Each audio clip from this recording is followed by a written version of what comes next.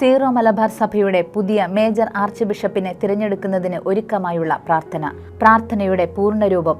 സ്നേഹനാഥനായ ഈശോയെ, ഞങ്ങൾ അങ്ങേ ആരാധിക്കുകയും സ്തുതിക്കുകയും മഹത്വപ്പെടുത്തുകയും ചെയ്യുന്നു.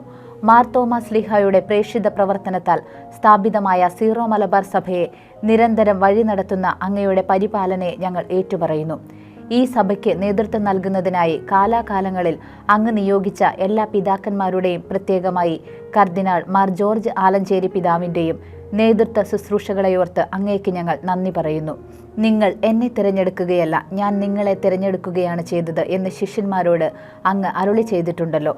അപ്പസ്തോലന്മാരെ തിരഞ്ഞെടുക്കുന്നതിന് മുൻപ് ദൈവപിതാവിനോട് പ്രാർത്ഥിച്ച ഈശോയെ, അങ്ങയുടെ മാതൃക അനുകരിച്ച് ഞങ്ങളും ഇപ്പോൾ പ്രാർത്ഥിക്കുന്നു.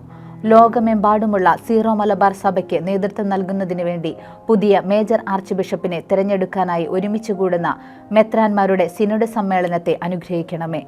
മാർ തോമാ ശ്ലീഹായുടെ പിൻഗാമിക്കെടുത്ത ശുശ്രൂഷ പദവി സ്വീകരിക്കാൻ ഏറ്റവും അനുയോജ്യനായ വ്യക്തിയെ ഞങ്ങൾക്ക് നൽകണമെന്ന് പ്രാർത്ഥിക്കുന്നു.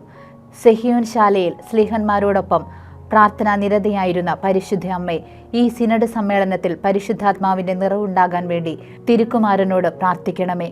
ഞങ്ങളുടെ പിതാവായ മാർ തോമാ ശ്ലീഹായെ, ഞങ്ങളുടെ സഭയിലെ വിശുദ്ധരെ, വാഴ്ത്തപ്പെട്ടവരെ ഞങ്ങൾക്ക് വേണ്ടി മാധ്യസ്ഥം വഹിക്കണമേ.